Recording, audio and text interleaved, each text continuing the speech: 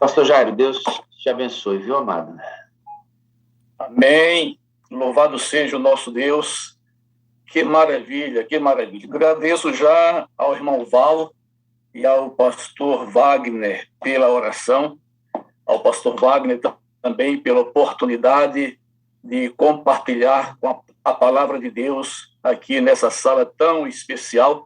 Minha gratidão pelo privilégio de estar compartilhando nesta manhã a palavra de Deus. Sou consciente da responsabilidade, né? Consciente daquele friozinho na barriga ainda, né?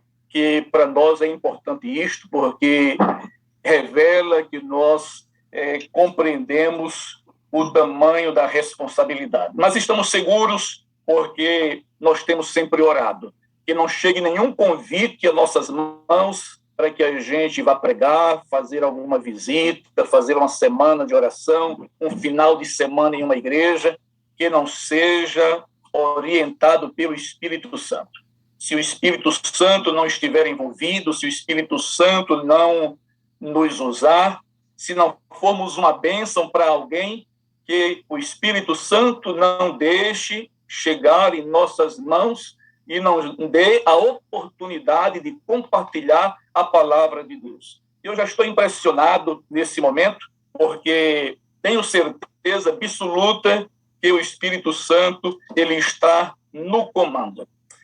E vocês vão entender por quê. Queria que vocês abrissem a Bíblia no Evangelho de João, no capítulo 14. Evangelho de João, no capítulo 14. Nós vamos ler os 3 primeiros versos deste capítulo. É um dos versos mais queridos, é uma das promessas mais magníficas que nós temos na palavra de Deus. Na Bíblia existe mais de 3.000 promessas, e esta promessa, para mim, é a rainha das promessas, é a promessa das promessas. E quantas vezes, ao longo da minha vida, desde a infância, quantas vezes eu não li esse verso? Quantas vezes eu não preguei sobre esses versos? Quantas vezes eu não ouvi sermões sobre estes versos? E eu creio que o mesmo é a mesma experiência de muitos que estão aqui nesta sala, tanto no Zoom como no YouTube. Vou ler esses versos. Não se turbe o vosso coração. Crede em Deus, crede também em mim. Na casa de meu pai há muitas moradas. Se assim não fora, eu vou-lo teria dito, pois vou preparar-vos lugar.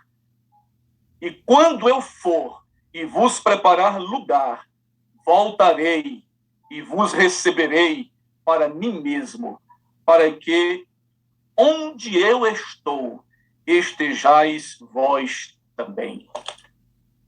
Que maravilha, que maravilha. Que palavras oportunas para os dias em que nós estamos vivendo. Nós estamos vivendo momentos assim singulares na história dessa terra. E esses versos vêm de uma forma muito especial para acalentar o nosso coração, para confortar os seguidores de Cristo aqui nessa terra.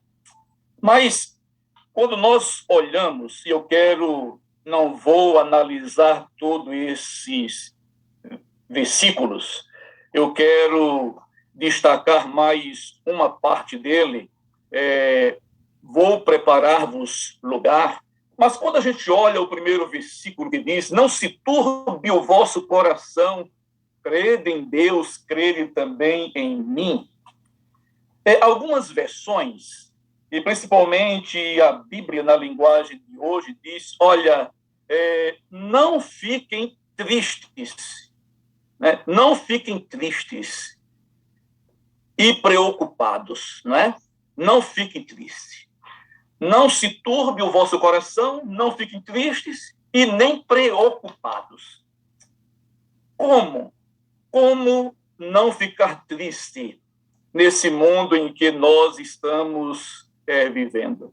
Como não ficar triste? Não é? Como não se entristecer com tantas coisas que acontecem dia a dia? Nós temos verificado aqui, antes do momento de oração intercessora, alguns pedidos especiais que são feitos. Não é? Como não se entristecer com tantas coisas que ocorrem no mundo em que nós estamos vivendo, não é? Como não se entristecer quando a doença visita o nosso círculo de amizade, quando a doença bate na nossa porta e entra na nossa casa? Como não se entristecer? Nós recebemos já há muito tempo, há um ano, praticamente todos os dias, notícia de alguém que está infectado pelo Covid. Notícias de pessoas que são hospitalizadas, que são entubadas. Como não se entristecer, né? Jesus, ele não pede para nós fazermos alguma coisa que nós não podemos fazer, né? A Bíblia diz que Jesus mesmo, ele se entristeceu, não é? Em Mateus capítulo 26, versículo 38, diz: então disse, a minha alma está profundamente triste até a morte. Ficai aqui e vigiai comigo. Sabe, é impossível a gente não se preocupar e a gente não se entristecer vivendo neste mundo marcado pelo pecado. Porque este mundo não foi o mundo que Deus idealizou. A palavra de Deus diz, e viu Deus tudo quanto tinha feito, e eis que tudo era muito bom. Ali, quando o mundo fora criado, não existia dor, não existia lágrimas, não existia sofrimento, não existia separações, traições, não existia divórcio. Como não se entristecer, né? Nós acompanhamos a história de Lige, né? O testemunho de Lige e de Giovanni, um casal jovem, um casal empreendedor, um casal saudável, um casal bonito, né? Na força da sua juventude, vão formar o seu lar, se casam, e depois de 3 meses, de repente, é surpreendido por um acidente que o deixa tetraplégico. Como não se entristecer? Olhando de uma forma humana, olhando não com os olhos divinos, né? Porque concordamos plenamente com a frase do nosso amigo pastor Edmir: algumas coisas precisam acontecer, porque se estas coisas não acontecerem, outras coisas não acontecerão. Nos bastidores, né? Deus está no comando, Deus está no controle, mas quando nós olhamos com os nossos olhos, como não nos entristecer? Sexta-feira nós verificamos testemunhos de pessoas, depois que o culto terminou, né? Famílias dilaceradas, porque o seu casamento foi rompido. Como não se entristecer, não é? Quando há uma traição? Como não se entristecer, não é? Quando um casamento é desfeito?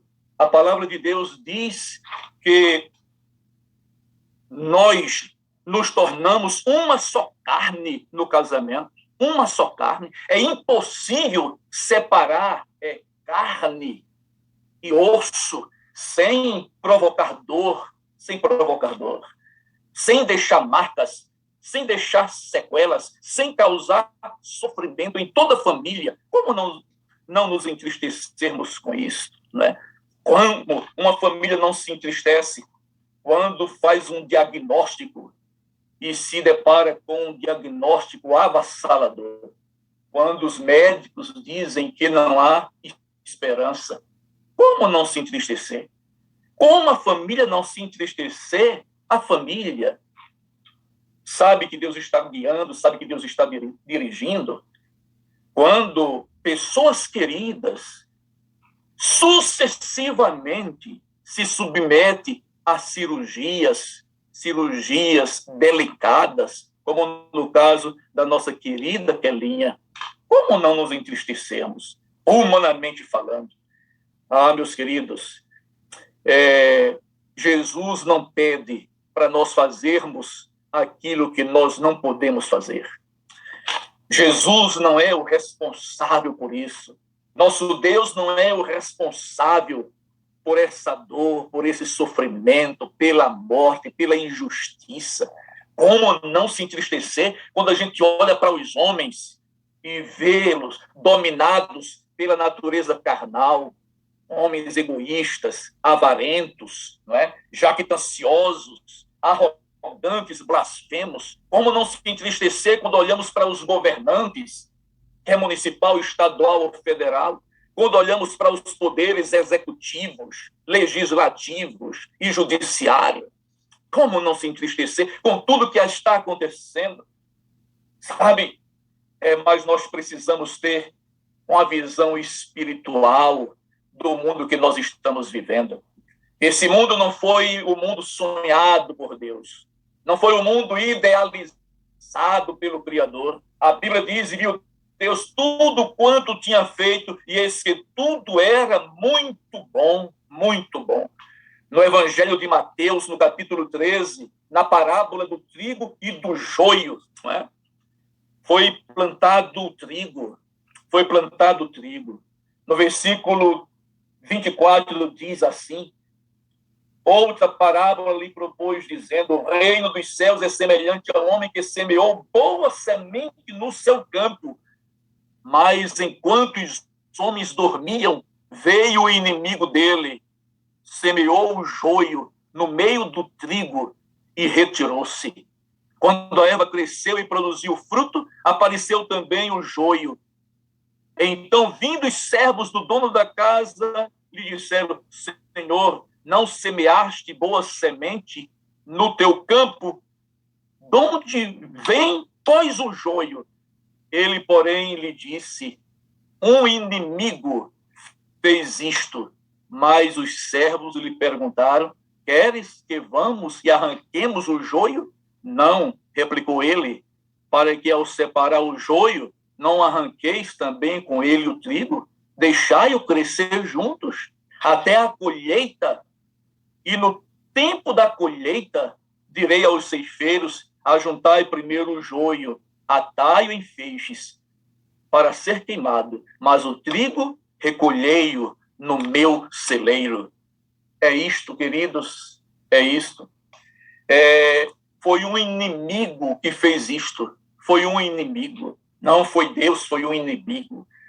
O livro do Apocalipse diz: alegrai-vos, os céus, mas ai da terra e o que neles habita, porque o diabo desceu até vós, cheio de grande cólera, porque ele sabe que pouco tempo lhe resta.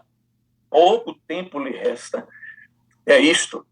É isso que nós estamos vivendo, sabe, queridos? E nós precisamos entender que enquanto vivermos neste mundo, nós não estamos imunes às consequências do pecado. Não estamos imunes. O Salmo 23 é um dos salmos talvez mais conhecido. E o verso 1 diz assim: o Senhor é o meu pastor. Que maravilha ter o Senhor como pastor. O pastor que alimenta, o pastor que cuida, o pastor que protege. Ter o Senhor como pastor. Mas o versículo 4 do Salmo 23 diz: ainda que eu ande pelo vale da sombra e da morte, Não temerei mal algum, porque tu estás comigo, a tua vara e o teu cajado me consolam.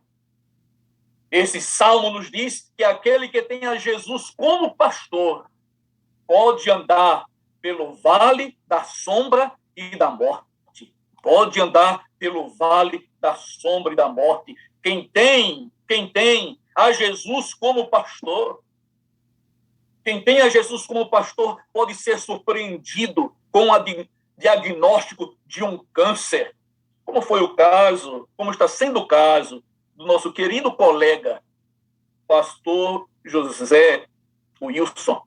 Quando fui pastor na Bahia, tive o privilégio, a honra de substituir o pastor José Wilson na Igreja Central de Ilhéus.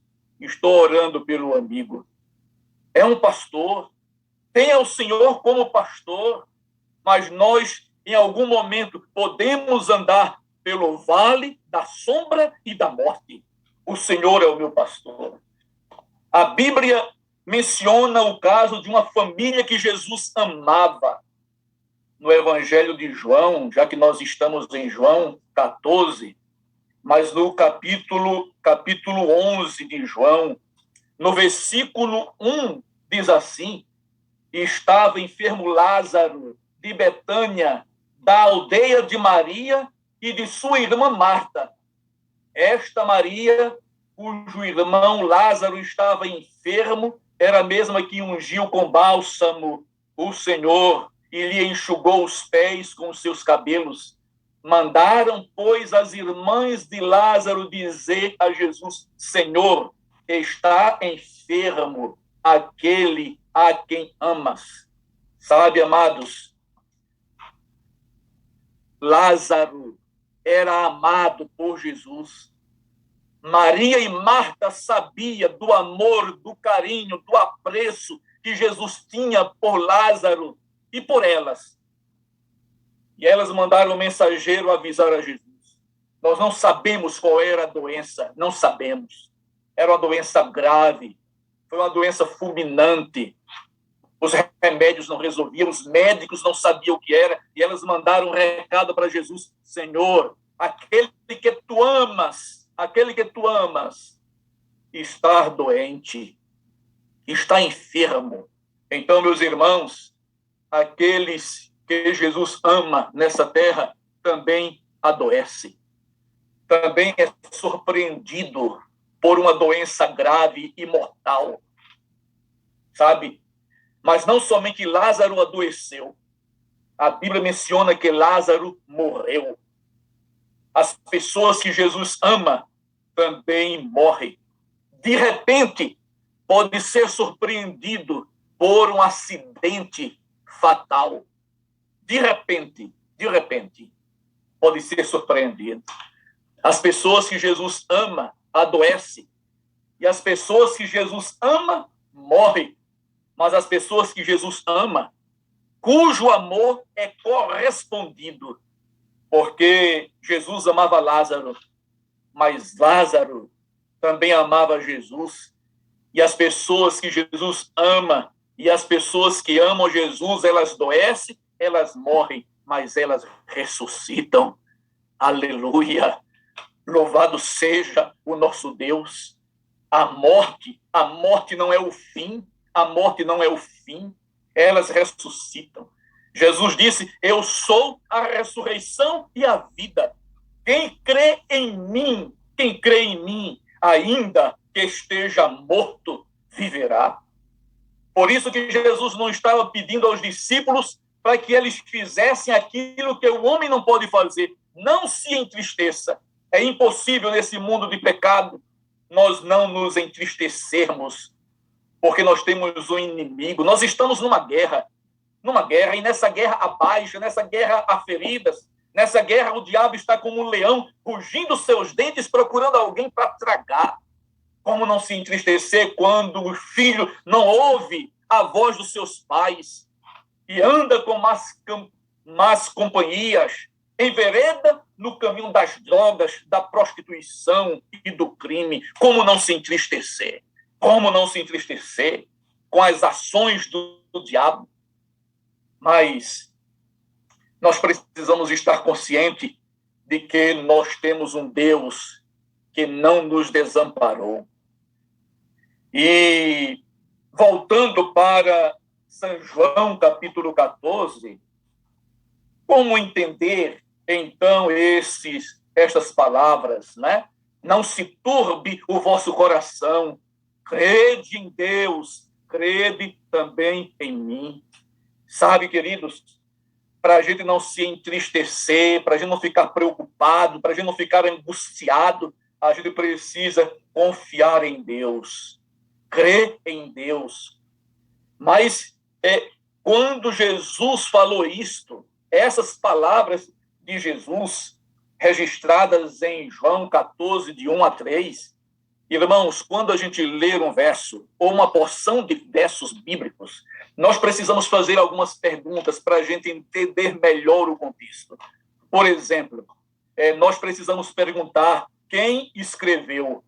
Nesse caso, quem foi que falou isso? Quem escreveu? Quem falou? É uma pergunta. Para quem escreveu? Para quem escreveu? É uma informação importante para nós entendermos. E por que ele escreveu? Quem falou foi Jesus. Para quem Jesus falou inicialmente? Para os discípulos, para os apóstolos. Naquele momento, 11 estavam presentes, porque Judas já tinha saído para traí-lo. E por que escreveu? Por que escreveu? Sabe, os discípulos estavam tristes, os discípulos estavam preocupados, porque ultimamente Jesus estava falando de morte. Jesus estava falando que ia voltar para o Pai. O conteúdo do capítulo 14 e do capítulo 13 ocorreram no mesmo lugar, no cenáculo, ali onde Jesus participou da Páscoa com os discípulos, onde Jesus participou da ceia, onde Jesus instituiu a cerimônia do lava-pés. Foi nesse cenário que Jesus proferiu essas palavras. E o capítulo 13, no versículo 1, já diz: ora, antes da festa da Páscoa, sabendo Jesus que era chegada a sua hora de passar deste mundo para o Pai, tendo amado os seus que estavam no mundo, amou-os até o fim. Jesus sabia que que a sua hora tinha chegado, que estava na hora dele voltar para o Pai, que estava na hora dele pagar o preço do resgate, estava na hora. Jesus participou ali no cenáculo do lava-pés, da ceia. Não vamos nos demorar aqui, mas quando Jesus, respondendo à pergunta dos discípulos, quem ia traí-lo, deu o pão a Judas, né? Que Judas comeu o pão. A Bíblia diz que o diabo entrou em Judas e ele saiu para se encontrar com as autoridades. E a Bíblia menciona, no versículo 30, ele, tendo recebido o bocado, saiu logo, e era noite, já era noite, a noite da quinta-feira. Naquela madrugada, Jesus seria preso, Jesus seria julgado, Jesus seria condenado, e no dia seguinte, Jesus seria crucificado. Ou seja, este momento era os últimos momentos de Jesus com a sua igreja, com os seus apóstolos, né? E Jesus, aqui no versículo 33, Jesus diz: filhinhos, ainda por um pouco eu estou convosco, buscar-me-eis, e o que eu disse aos judeus, também agora vos digo a vós outros: para onde eu vou, vós não podeis ir. Jesus repetiu isto.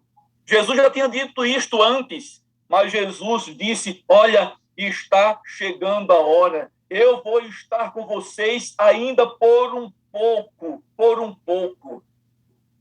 Era a última noite de Jesus com os apóstolos.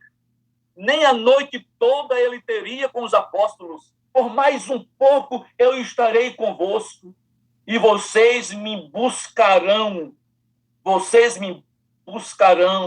e vocês não vão me encontrar, né?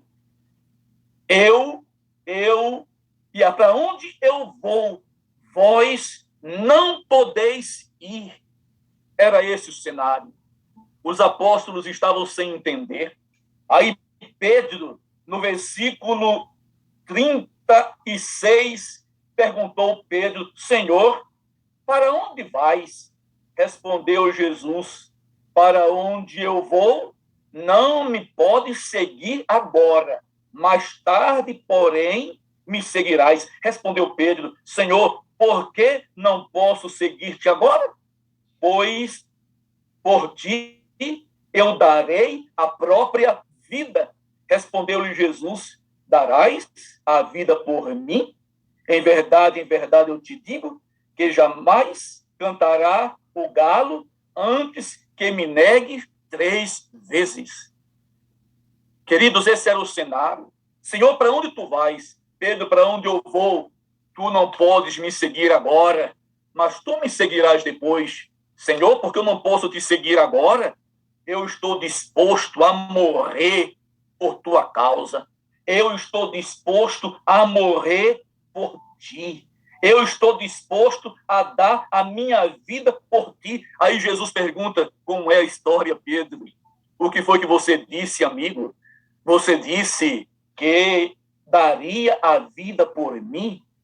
Então entenda, lembre-se de uma coisa, Pedro. Hoje não cantará o galo sem que você me negue 3 vezes. Sabe, queridos, era esse o cenário. Aí vem as palavras do capítulo 14, porque foi ali ainda naquele ambiente. As palavras do capítulo 14 tinham o objetivo de Jesus consolar os discípulos, de acalmar o coração. Eles não seriam esquecidos. Né? Jesus estava partindo, mas a sua partida não seria uma partida definitiva, seria uma partida temporária. Não se turbe o vosso coração, crede em Deus, crede também em mim. Na casa de meu Pai há muitas moradas. E quando eu for e vos preparar lugar, eu voltarei outra vez e vos levarei para mim mesmo, para que aonde eu esteja, estejais vós também. Jesus queria consolar, Jesus queria confortar os discípulos que não estavam entendendo a missão de Cristo, o objetivo messiânico da sua vinda, da sua morte, do seu resgate.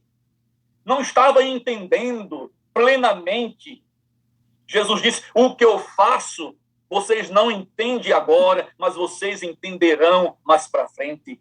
Jesus veio, então, nesse momento, com esse objetivo de consolar, de confortar os discípulos. Jesus iria voltar para o Pai. Jesus iria voltar, mas a sua volta não seria definitiva, não seria.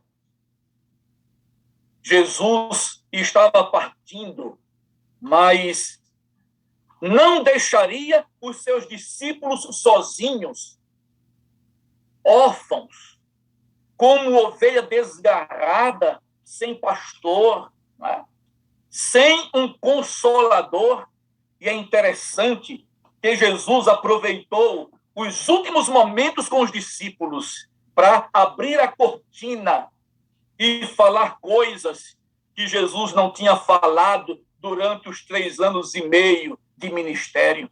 Mas nessas últimas horas, Jesus falou coisas que não tinha falado antes. No capítulo 14, Jesus deu muitas orientações, dizendo: olha, vocês não ficarão sozinhos. Eu vou voltar para o meu Pai, mas eu vou preparar lugar. Sabe, Jesus ia preparar lugar porque Jesus sabia por experiência própria que este mundo não é o melhor lugar para um cristão viver. Aqui a gente convive com o pecado, aqui a gente convive com a dor, com o sofrimento, com a morte. Jesus presenciou o sofrimento humano no seu ministério. Jesus ressuscitou mortos porque viu famílias enlutadas. Jesus curou leprosos porque viu leprosos separados da sua família. Jesus expeliu demônios porque viu pessoas escravizadas pelo diabo. Jesus presenciou a fome, a dor, o sofrimento. Jesus presenciou o egoísmo. Por isso que Jesus disse, eu vou preparar lugar, não é este o nosso lugar. Eu vou preparar uma cidade, não é esta a nossa cidade. Eu vou preparar um país, não é esse o nosso país. Nós aqui somos forasteiros, aqui nós somos estrangeiros. Nós estamos aqui nessa terra, mas nós não somos dessa terra. Jesus estava falando para os apóstolos, eu vou preparar lugar, eu vou preparar lugar. E eu voltarei, e vos levarei para mim mesmo, para que onde eu esteja, estejais vós também. Mas nesse ínterim, enquanto eu vou preparar lugar, enquanto eu não volto, vocês não vão ficar sozinhos. No capítulo 14 diz, nós não vamos interromper a nossa comunicação, o nosso diálogo. Versículo 13 diz, e tudo quanto pedirdes em meu nome, isso farei, a fim de que o Pai seja glorificado no Filho. Se me pedirdes alguma coisa em meu nome, eu o farei. Vocês podem se comunicar comigo através da oração. Nós vamos estabelecer uma comunhão nesse período que eu vou estar distante. Eu vou preparar-vos lugar, mas vocês não ficarão órfãos. No versículo 18 diz, não vos deixarei órfãos, não vos deixarei desamparados, não vos deixarei sozinhos, não. Aí Jesus, ele apresenta o seu sucessor. Olha, pastor Wagner, você orando antes de eu pregar. Jesus aqui, no capítulo 14, pela primeira vez, ele abre a cortina e diz, vocês não ficarão como ovelhas desgarradas. Aí Jesus, ele apresenta o seu representante. Jesus apresenta o seu sucessor. Seu sucessor. Quem ia lhe substituir? O nosso sucessor. O sucessor de Cristo. Que representa Cristo nessa terra é o Espírito Santo. Não é um homem. Quando um homem quer se colocar como sucessor, ele está blasfemando, ele está se colocando no lugar de Deus. E o versículo 16, Jesus diz, e eu, é o Filho que está falando, é Cristo que está falando, e eu rogarei ao Pai, e Ele vos dará outro Consolador, a fim de que esteja para sempre convosco o Espírito da verdade, que o mundo não pode receber, porque não o vê nem o conhece. Vós o conheceis, porque ele habita convosco e estará em vós. Jesus estava confortando os discípulos. Não se turbe o vosso coração, vocês não vão ficar sozinhos. Eu enviarei, eu vou rogar ao Pai, e ele vai enviar o outro, que não é o Pai, e não sou eu, é outro, é uma terceira pessoa, depois de mim, depois do Pai, o outro Consolador, o Paracletos, o outro. É importante essa palavrinha outro. Nós temos muitos colegas aqui, pastores, e todos sabem, dominam bem isto, né? Essa palavrinha outro, no grego, tem duas palavras para outro. Uma palavra é alos. É outro da mesma natureza, da mesma espécie, da mesma categoria, da mesma essência. Outro. Essa é a palavra alos. A outra palavra é heteros. Heteros é outro de outra natureza.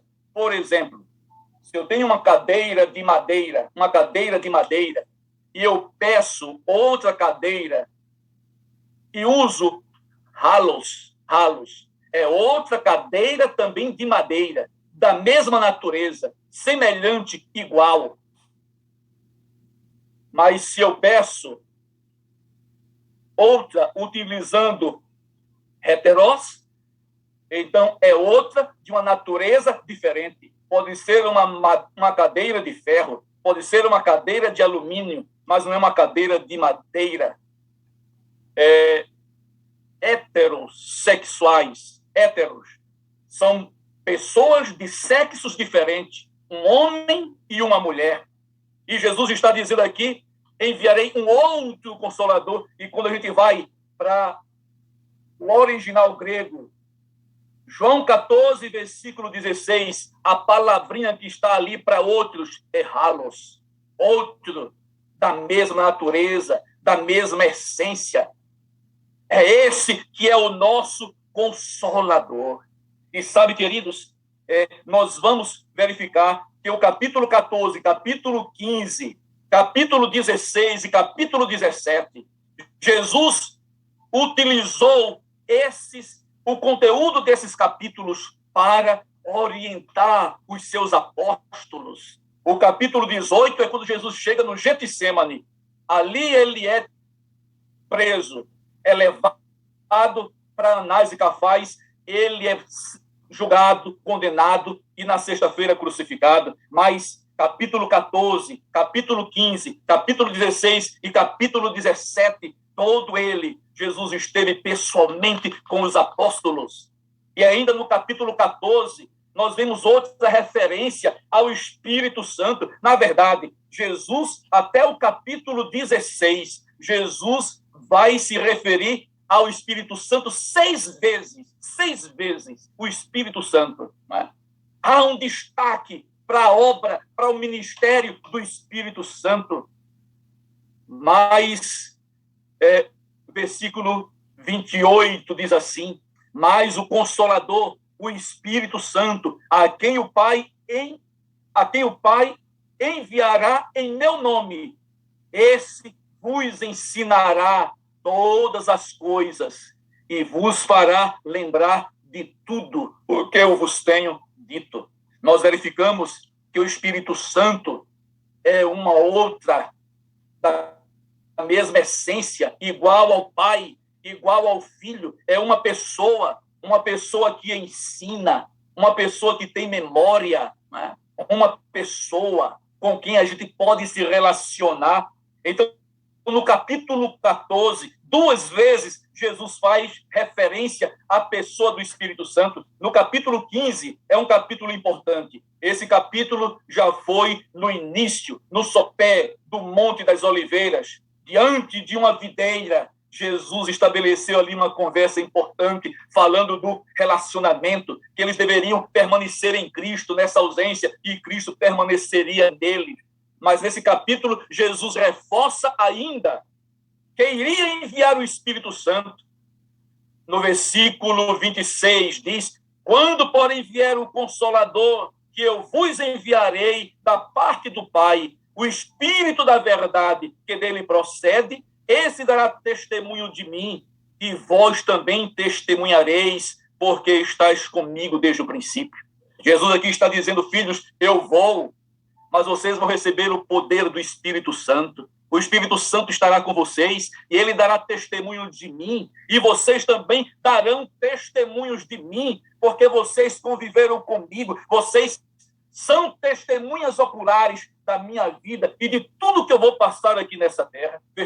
Capítulo 15. Ainda no capítulo 15, Jesus disse: olha, vocês serão odiados, vocês serão perseguidos, mas tenham consciência, se o mundo vos odeia, versículo 18, sabei que primeiro do que a vós outros, me odeia a mim. Se vós fosseis do mundo, o mundo amaria o que era seu. Como todavia não sois do mundo, pelo contrário, dele vos escolhi, por isso o mundo vos odeia.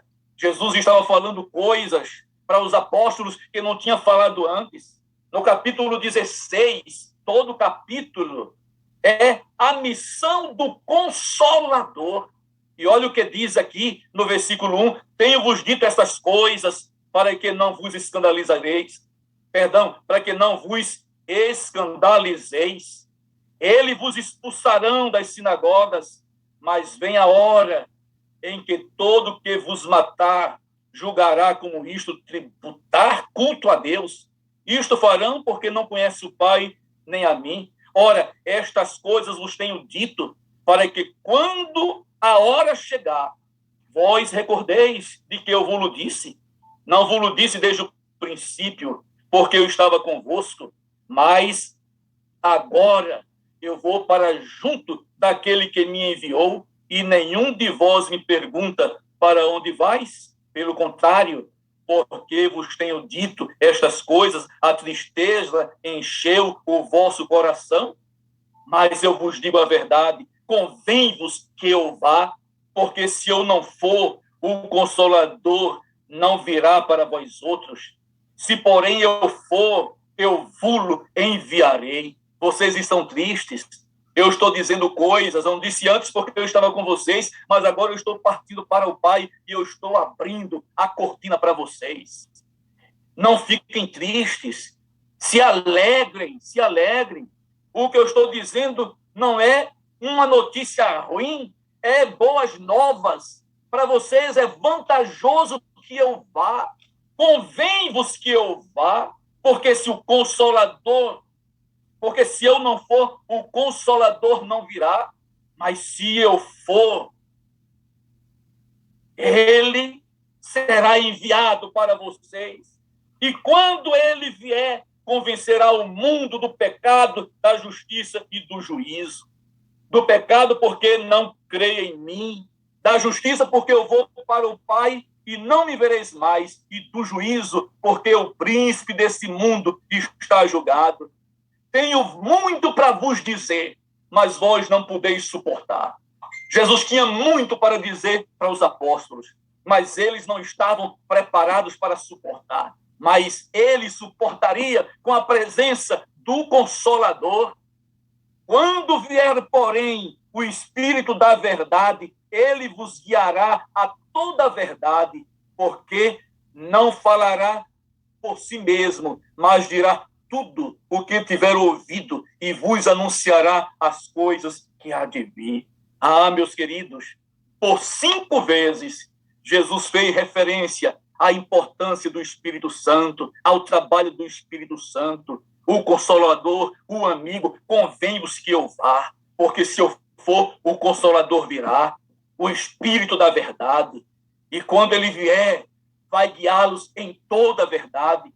Ele vai abrir a mente para que vocês possam entender plenamente o plano da salvação. Convém-vos que eu vá, porque quando o Espírito Santo vier, ele vai derramar o amor de Deus no coração do ser humano. É importante que eu vá, porque quando eu for, o Espírito Santo virá e ele vai rogar por vocês com gemidos inexprimíveis. Convém-vos que eu vá. Convém-vos que eu vá. É vantajoso que eu vá, porque ele estará com vocês ao mesmo tempo em todos os lugares da terra. Onde houver um seguidor, ele estará com vocês. Convém-vos que eu vá. Convém-vos que eu vá, porque o Espírito Santo vem e ele vai fazer morada nos vossos corações. Cada um de vocês deve ser um templo do Espírito Santo. Convém-vos que eu vá. Não se turbe o vosso coração. Crede em Deus, crede também em mim. Na casa de meu Pai há muitas moradas. Se assim não fosse, eu vos teria dito, eu vou preparar-vos lugar. Aleluia! Louvado seja Deus! Vocês não estarão sozinhos aqui nessa terra. Eu estarei convosco através do Espírito Santo todos os dias, até a consumação dos séculos. Todos os dias. Dias bons e dias maus, dias felizes e dias sombrios, eu estarei convosco. Não os deixarei, não os desampararei. Eu voltarei, eu voltarei, eu voltarei. Aleluia! Louvado seja o nosso Deus. Ele vai voltar. Jesus morreu, foi sepultado e ressuscitou. Ainda conviveu com os apóstolos por 40 dias. 40 dias. Apareceu mais ou menos umas 10 vezes aos apóstolos, talvez um pouco mais, mas registrado na Bíblia a gente encontra pelo menos 10 vezes. Apareceu aos discípulos do caminho de Emaús, apareceu a Maria no túmulo, apareceu aos apóstolos sem a presença de Tomé, apareceu aos apóstolos com Tomé presente, né? O apóstolo São Paulo diz que ele apareceu a mais de 500 pessoas que nos dias de Paulo ainda vivia. Ele apareceu a Pedro, ele apareceu a Tiago, ele apareceu. E a última vez que Jesus apareceu aos apóstolos foi no Monte das Oliveiras, 40 dias depois. E olha quais foram as últimas palavras de Jesus antes da ascensão. Abra a Bíblia em Atos, capítulo 1. E olha o que diz aqui. Atos, capítulo 1, versículo 8. Mas recebereis poder ao descer sobre vós o Espírito Santo, e sereis minhas testemunhas, tanto em Jerusalém, como em toda a Judéia e Samaria, e até os confins da terra. Ditas estas palavras, foi Jesus elevado às alturas à vista deles, e uma nuvem o encobriu dos seus olhos. E estando eles com os olhos fitos no céu, enquanto Jesus subia, eis que 2 varões, vestidos de branco, se puseram ao lado deles e lhes disseram: varões galileus, por que estáis olhando para as alturas? Esse Jesus que dentre vós foi assunto ao céu, virá do modo como vistes subir. Que maravilha! Louvado seja Deus! 40 dias depois, Jesus estava voltando para o Pai. E quais foram as últimas palavras de Jesus para os apóstolos ali no Monte das Oliveiras? Jesus disse: filhos, eu vou preparar-vos o lugar, e enquanto eu for preparar lugar, eu voltarei outra vez. Mas vocês fiquem em Jerusalém, porque do alto vocês serão revestidos de poder. Vai descer sobre vocês o Espírito Santo, para que vocês sejam testemunhas da minha vida, da minha morte, da minha ressurreição e da minha breve volta. Vocês serão minha testemunha. Vocês vão pregar o evangelho, mas fiquem em Jerusalém, para que do alto vocês sejam revestidos de poder. Vocês serão minhas testemunhas aqui em Jerusalém, na Judéia, em Samaria e até os confins da terra. E louvamos a Deus, porque esse evangelho chegou no nosso país, chegou no nosso estado. O evangelho bateu na nossa casa. Fomos alcançados pela pregação da sua palavra. Fiquem em Jerusalém, porque do alto vocês serão revestidos de poder. E sabe, quando os apóstolos olharam, tinha 2 anjos ali. E os anjos disseram: varões galileus, por que vocês estão olhando para os céus? Esse Jesus que dentre vós foi elevado aos céus, ele descerá da mesma maneira como vistes subir. Ah, meus irmãos, permita-me abrir um parêntese aqui, porque a nossa sala é muito diversificada. Nós temos pessoas queridas, pessoas amadas, pessoas preciosas de outras igrejas que nos acompanham, pessoas amadas, pessoas preciosas. Jesus disse: eu tenho outras ovelhas que não estão no meu aprisco, a mim convém conduzi-las. E é através do Espírito Santo que Jesus conduz essas ovelhas, né? O Espírito Santo quer nos guiar em toda a verdade, não é numa verdade parcial, é em toda a verdade. E sabe, nós precisamos ter cuidado para não ser enganados sobre a volta de Jesus. Precisamos ter cuidado para não sermos enganados com a volta de Jesus, porque a volta de Jesus não vai ser um acontecimento secreto, não vai ser. Não vai ser algo invisível, não vai ser. Não vai ser algo espiritual, não vai ser. Os anjos disseram, esse Jesus, ele vai descer, ele vai voltar da mesma maneira como vocês viram subir. E como foi que Jesus subiu? Jesus estava ali presencialmente com os apóstolos, fisicamente com os apóstolos, falando com os apóstolos. Não era um espírito falando. Quando Jesus ressuscitou, o túmulo estava vazio. Não existia o corpo de Jesus ali no túmulo, existiam os lençóis. Tomé havia dito, eu não acredito que ele ressuscitou. Eu só acredito se eu colocar a minha mão na sua mão, se eu tocar no lado que ele foi ferido. E Jesus apareceu mais uma vez e Tomé estava presente e Jesus disse, Tomé, toca aqui na minha mão e toca aqui no meu lado. E veja, Tomé, que sou eu mesmo, não sou um espírito, não é um espírito, sou eu mesmo, não era um espírito. Outra ocasião, Jesus chegou na praia, os apóstolos estavam pescando, Jesus perguntou, o que é que vocês têm para comer? Nós temos mel e nós temos peixe. E a Bíblia diz que Jesus comeu, para mostrar que Jesus tinha boca, entende? Tinha boca, tinha estômago, tinha um corpo. Como é que Jesus vai voltar? Jesus vai voltar de uma forma corpórea. Não acredite quando alguém disser, olha, saí no noticiário, Jesus está em Nova York, Jesus apareceu em Londres, ou Jesus está lá em Manaus. Não saia, não vá ao deserto. Jesus está no interior da casa.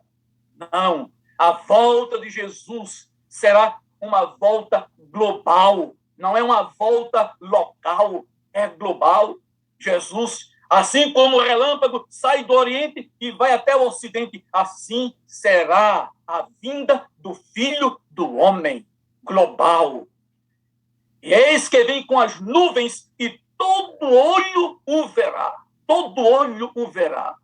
A volta de Jesus será o maior acontecimento da história dessa terra. Será um acontecimento inigualável. Será poderoso. A Bíblia diz que Jesus vem com todos os anjos. Todos os anjos. Jesus vai voltar com todos os anjos. Você sabe o que isso significa?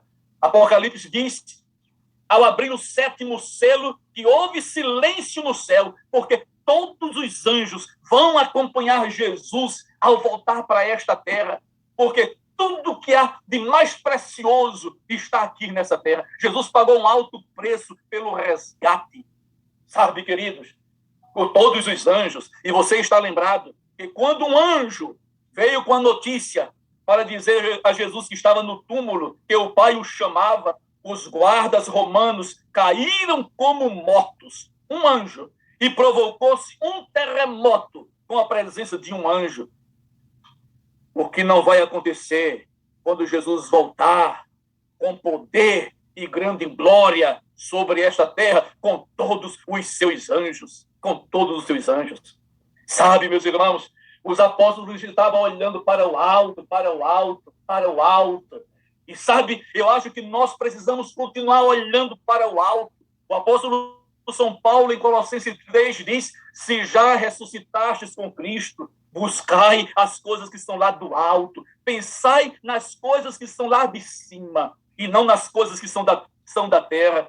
Eu quero fazer um convite para os meus queridos irmãos aqui da sala 57. Por alguns instantes, meus irmãos, vamos fazer uma viagem. Vamos deixar de olhar para as coisas que estão aqui nessa terra. As coisas que estão acontecendo na terra nos causa dor, nos deixa deprimido, nos causa sofrimento. Né? Vamos deixar das coisas, de olhar para a terra e vamos olhar para o alto. Lá no alto tem a nossa esperança, o que nós desejamos, o que nós esperamos. Lá está o nosso Salvador, o nosso intercessor, o nosso mediador. O apóstolo São Paulo diz em Filipenses, capítulo 3, versículo 20, mas a nossa pátria, ela está no céu, donde também aguardamos um Salvador, o Senhor Jesus Cristo, que transformará o nosso corpo de humilhação para ser conforme o corpo da sua glória, segundo o seu eficaz poder, até de sujeitar todas as coisas. Lá no alto está a nossa cidade, a nossa pátria. Está o nosso Salvador, que transformará o nosso corpo de humilhação, esse corpo que envelhece, essa pele que enruga, esse cabelo que embranquece, esses músculos que perdem força, esses órgãos que perdem a sua funcionalidade. Transformará o nosso corpo de humilhação. Esse corpo que tem uma natureza carnal, uma natureza diabólica, ela só será erradicada quando Jesus voltar. Pensai nas coisas que são de cima, onde está a nossa esperança, nossa esperança. Sabe, meus amados irmãos, o apóstolo São Paulo, em 1 Tessalonicenses, capítulo 4, versículo 13 a 18, ele diz: não queremos, porém, irmãos, que sejais ignorantes acerca dos que já dormem, para não vos entristecerdes como os outros que não têm esperança. Porque se cremos que Jesus morreu e ressuscitou, assim também aos que dormem, Deus, mediante, os tornará a trazer juntamente com ele, mediante Jesus, os tornará a trazer mediante com ele. Dizemos-vos, pois, isto pela palavra do Senhor, que nós, os que ficarmos vivos para a vinda do Senhor, de modo algum precederemos aos que dormem, porque o Senhor mesmo descerá do céu com grande brado. Não tem nada de secreto na volta dele. Com grande brado, a voz de arcanjo, ao som da trombeta de Deus, e os que morreram em Cristo ressuscitarão primeiro. Depois nós, os que ficarmos, viveremos. Depois nós, os que ficarmos vivos, seremos arrebatados juntamente com eles nas nuvens, ao encontro do Senhor nos ares, e assim estaremos para sempre com o Senhor. Portanto, consolai-vos uns aos outros com estas palavras. Que maravilha! Que maravilha! Jesus vai voltar. Ele vai descer do céu com grande brado, com voz de arcanjo, ao som da trombeta de Deus, e os que morreram em Cristo ressuscitarão. Os apóstolos morreram todos, aguardando a volta preciosa de Jesus. Sabe, nós, os que ficarmos vivos, seremos transformados e arrebatados. Aqui é onde vai acontecer o arrebatamento da igreja. Não é um arrebatamento secreto, é um arrebatamento coletivo, é um arrebatamento público. Iremos subir para o encontro de Jesus nos ares. Que maravilha! O nosso Salvador. E ali estaremos para sempre com o Senhor. Ah, meus irmãos, eu queria, nesse momento, pensar um pouquinho na ressurreição. Na ressurreição. Que promessa maravilhosa, que promessa maravilhosa. A nossa vida não termina aqui nessa terra, não termina aqui neste mundo. Tem algumas pessoas na época de Paulo que não criam em ressurreição. Tinha pessoas na época de Cristo que não criam em ressurreição. Os saduceus não acreditavam em ressurreição. E Paulo, escrevendo para um grupo de pessoas que não criam em ressurreição, em Corinto, Paulo diz assim: se a nossa esperança em Cristo se limita apenas a esta vida, somos os mais infelizes de todos os homens. Se a nossa vida com Cristo fosse somente aqui nessa terra, terminasse aqui, nós seríamos infelizes. Mas, de fato, Cristo ressuscitou dentre os mortos, sendo ele a primícia dos que dormem, visto que a morte veio por um homem, também por um homem veio a ressurreição dos mortos. Jesus, diz Paulo, é a garantia da ressurreição. Porque Jesus ressuscitou, nós também vamos ressuscitar. Porque Jesus ressuscitou. Jesus morreu, foi sepultado e ressuscitou. E os servos de Deus que morrerem e forem sepultados, eles ressuscitarão. Eu quero ler para vocês algumas declarações de Ellen White, a mensageira do Senhor. Aqui,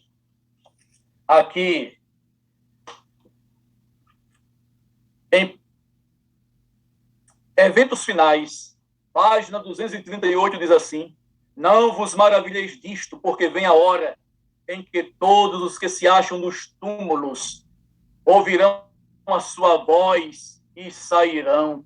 Que maravilha! Eis que vem a hora em que todos que se acham nos túmulos ouvirão a sua voz e sairão.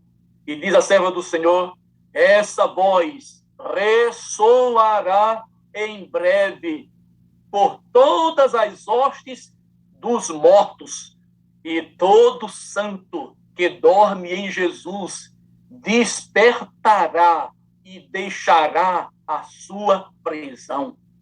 Aleluia! Todos os mortos, todo santo que dorme em Jesus despertará e deixará a sua prisão. Olha o que diz ainda na mesma.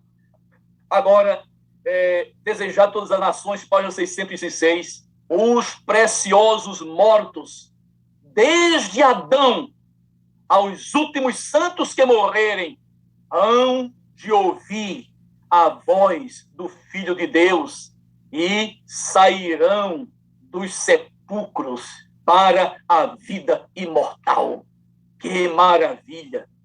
Eu gosto desse pensamento. Os preciosos mortos. Marque essa palavrinha.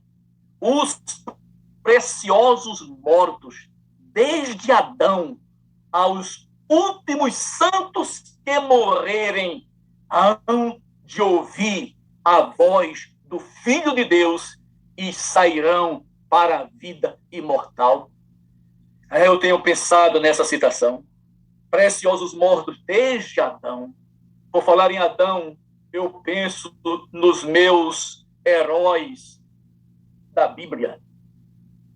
Meus heróis da Bíblia. Quantas vezes eu me emocionei com as suas histórias.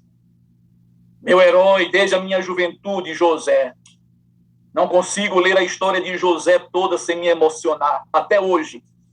Heróis, Enoque, aquele homem que andou com Deus. Eu tenho admiração por Noé e por sua esposa, porque por 120 anos Noé pregou, investiu todos os seus bens, todos os seus recursos na construção de uma arca, que nunca tinha chovido na terra, e a sua esposa estava assim ao seu lado, apoiando.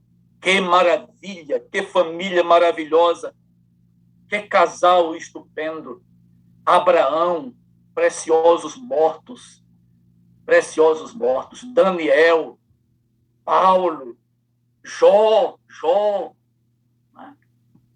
Davi, que privilégio conhecer essas pessoas que foram inspiração, os mortos, preciosos mortos desde Adão, mas aqui diz, até os últimos santos que morrerem. Meus irmãos, depois de 36 anos e meio de ministério, eu tenho muita gente querida, muita gente preciosa que está dormindo no Senhor. Anciãos dedicados, tesoureiras dedicadas. No meu primeiro distrito, no meu segundo, lá em Aracaju, Distrito Santos Dumont, em Maceió, em Petrolina, em Campina Grande, em Mossoró, Recife, na Bahia, Itabuna, Ilhéus, em todos esses lugares, pessoas queridas, pessoas amadas, pessoas dedicadas, comprometidas com a causa, anciãos, líderes de jovens, tesoureiros, diáconos, preciosos mortos. Eu sinto saudade de alguns. Eu sinto saudade de alguns. Eu sei que você tem uma lista de pessoas preciosas também mortas. Pessoas da Bíblia e pessoas do seu convívio. Pessoas do seu convívio. Vocês têm. Eu, dentre esses amigos mortos, eu também tenho família. Minha mãe dormiu no Senhor. Minha mãe dormiu no Senhor no dia 7 de setembro de 2001. Minha mãe. Eu não chegava em casa sem ela chorar de emoção, porque eu tinha chegado. Depois que eu saí para o colégio, né?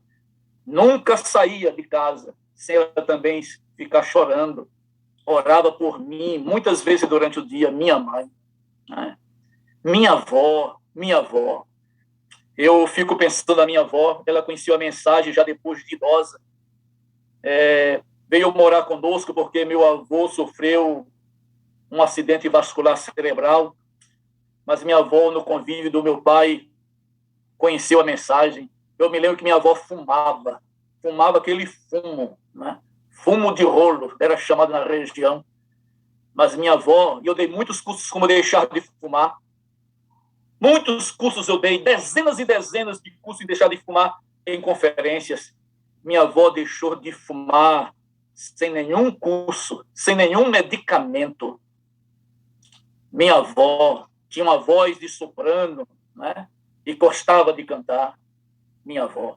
Eu tinha uma tia Amara. Não sabia nem ler tia Amara. Quando eu entendi de gente, ela era viúva. Recebia o dinheiro da aposentadoria, não sabia nem contar o dinheiro, pedia para meu pai ou minha mãe tirar o dízimo. E ela tinha uma lição da escola sabatina. Não sabia ler. Ela pegava a sua Bíblia e a sua lição e diariamente ia na casa de alguém para estudar, ler a lição para ela.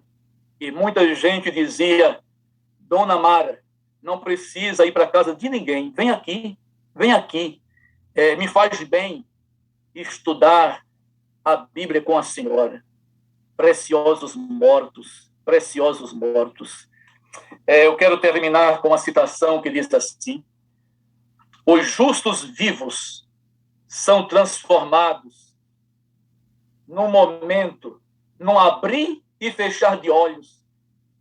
A voz de Deus foram eles glorificados. Agora tornam-se imortais. E os santos ressuscitados são arrebatados para encontrar com o Senhor nos ares. E olha o que diz aqui: os anjos ajuntarão os seus escolhidos desde os quatro ventos, de uma à outra extremidade do céu. Criancinhas são levadas pelos santos anjos aos braços de suas mães. Amigos há muito separados pela morte reúnem-se para nunca mais se separarem e com cânticos de alegria ascendem juntamente para a cidade de Deus. Aleluia! Como eu gosto dessa citação. Amigos há muitos separados pela morte reúnem-se para nunca mais se separarem, amigos. Mas essa citação fala muito forte ao meu coração, porque diz aqui: criancinhas são levadas pelos santos anjos aos braços das suas mães. Eu tive 2 filhos. Tenho um filho só hoje, o Jairo, que tem nos dado muita alegria por andar nos caminhos do Senhor. Mas Joelzinho, ele morreu com 13 dias de nascido. 13 dias de nascido. Foi sepultado no cemitério Trapiche, lá em Maceió, quando ali era pastor. E eu aguardo com expectativa o cumprimento dessa promessa. Eu não sei se vou morrer primeiro do que a minha esposa. Mas se eu morrer primeiro, eu já pedi a ela que eu queria que ela fosse sepultada ao meu lado. Se ela morrer primeiro, eu quero ser sepultada ao lado dela, porque eu quero presenciar, pastor Wagner, esse momento aqui, meu querido. Eu quero testemunhar esse momento, quando os anjos, criancinhas, são levadas pelos santos anjos aos braços da sua mãe. Eu quero estar presente nesse momento. Eu quero estar presente. Ah, meus irmãos, o que o olho não viu, o que o ouvido não ouviu e nunca subiu ao pensamento humano, é o que Deus tem preparado para aqueles que o ama, entende? Que Deus tem preparado para aquele que o ama. Não se turbe o vosso coração. Creia em Deus. Está passando por momentos turbulentos. Creia em Deus. Creia em Deus. Isso vai passar. Isso vai passar. Que Deus nos ajude. Que Deus nos abençoe. Que tenhamos a alegria de quando Jesus voltar, se estivermos vivos, poder olhar para o céu e dizer: esse é o nosso Deus, a quem nós aguardávamos. Na sua salvação nos alegraremos. E estivermos dormindo, que façamos parte da primeira ressurreição, que saiamos com um corpo glorioso e imortal para viver com Jesus por toda a eternidade. E não haverá mais lágrimas, não haverá mais dor, porque as primeiras coisas passaram. Graça, amor, saúde e paz para todos os nossos queridos irmãos aqui da sala 57. Todos tenham um dia muito abençoado. Amém. Meu pastor, enquanto o senhor pregava aí, eu estava olhando as expressões aqui, e como essa mensagem da volta de Jesus aquece nosso coração, né, pastor?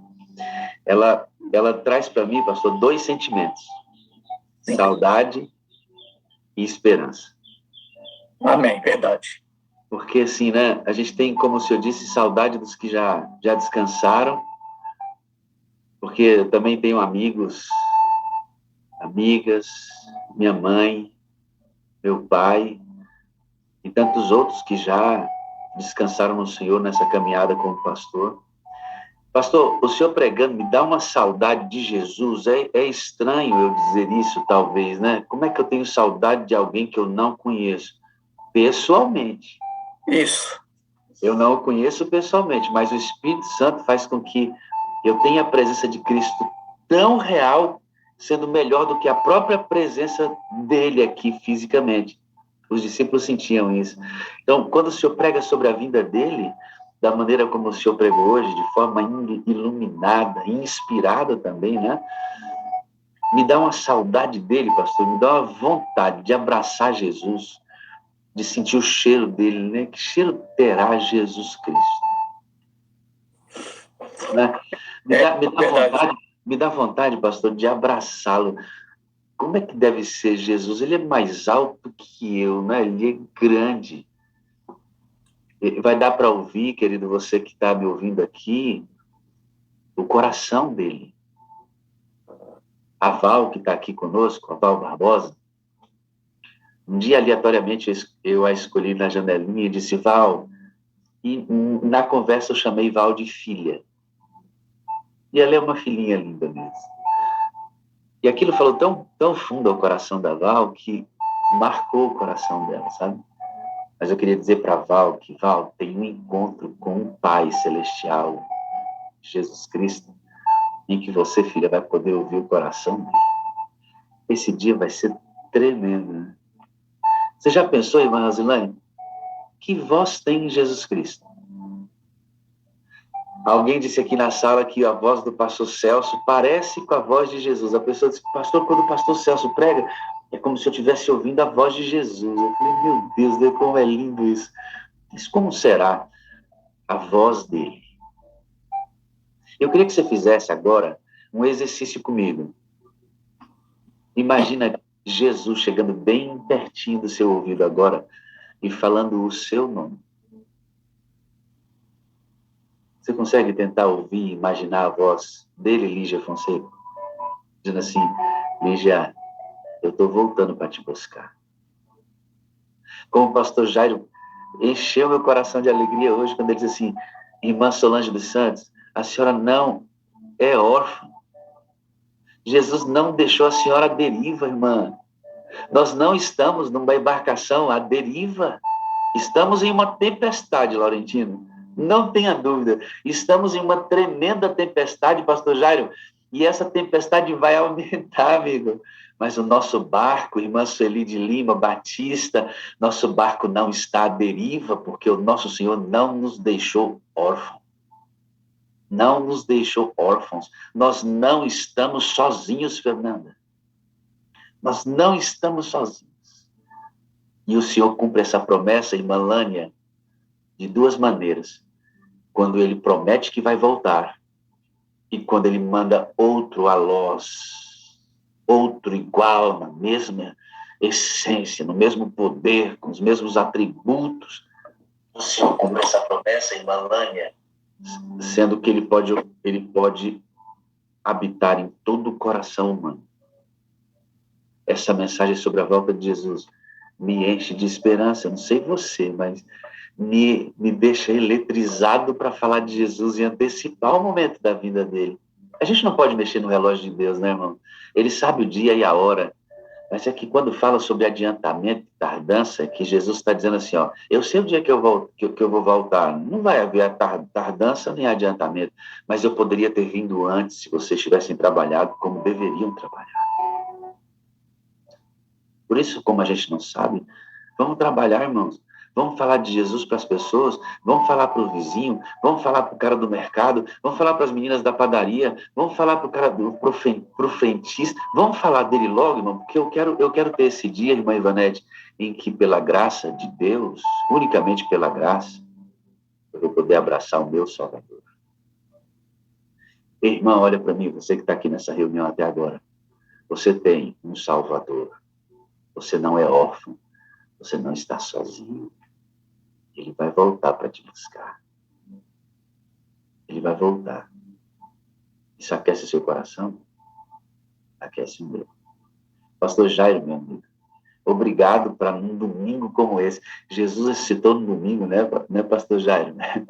Obrigado para num domingo como esse. Obrigado por renovar minha esperança. Obrigado. Eu precisava ouvir um sermão como esse hoje.